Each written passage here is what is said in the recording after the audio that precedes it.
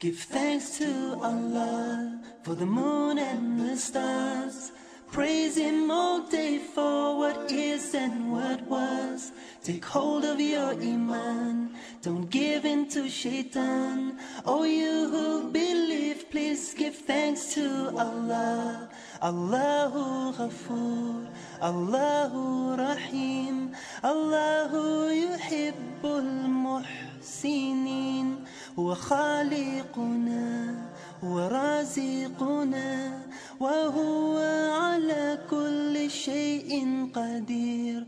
Allah is Ghafoor, Allah is Rahim, Allah is the one who loves the Muhsinin. He is our creator, He is our sustainer, and He is the one who has power over all. Give thanks to Allah for the moon and the stars. Before I became a Muslim, I think I was just for all intents and purposes, I was just a normal teenager, I suppose. I went out with friends and just did normal teenage stuff. I think I liked Britpop. I went to concerts, went to a big day out. You know, I went to high school. I was really just a very normal person, and it wasn't until I got to university that I decided that I wanted to be Muslim.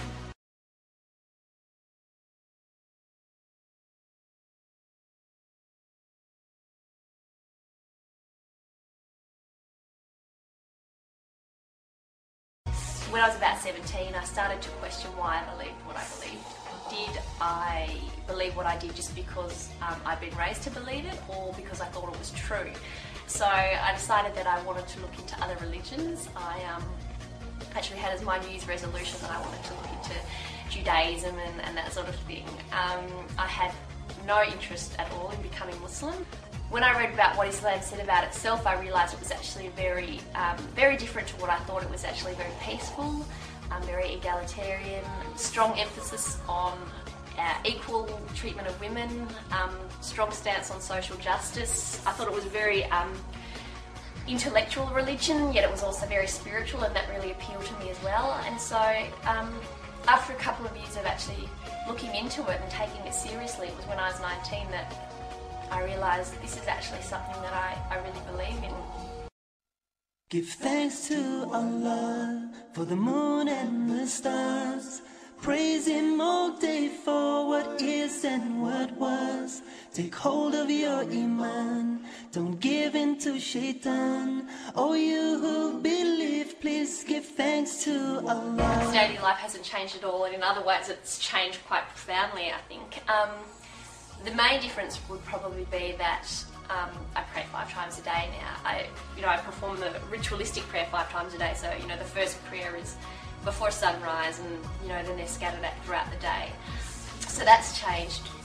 But I still feel, and obviously I wear the headscarf now, which I didn't do before I was Muslim. In other ways, I don't feel like I've changed a lot. I'm still the same person. I still crack the same stupid jokes, and I still like the same sort of things, and I've still got a lot of the same cool friends I had before, and some cool new friends that I've made since becoming Muslim, some of whom are Muslim and some aren't.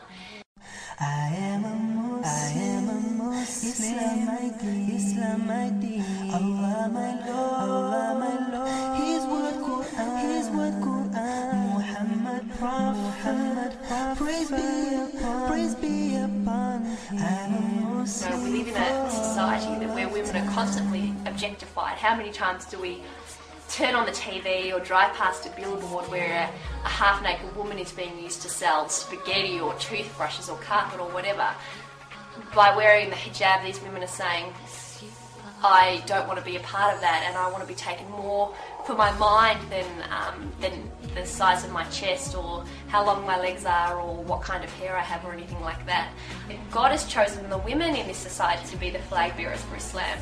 My husband has a beard, but people can't necessarily tell that he's Muslim, He just really sort of fits in with everybody else. But for me, as soon as someone sees me, they know that I'm Muslim, and so I'm like the flag bearer or the ambassador for Islam, and I find it really interesting that God chose women for that role and not for men. Allahu Ghafoor, Allahu Rahim, Allahu Yuhibbul Muhsinin.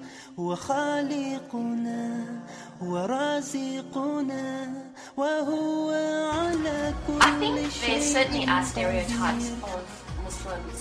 You know, people will assume that I'm oppressed or that I don't speak English or that sort of thing, or assume that my husband is a terrorist or whatever.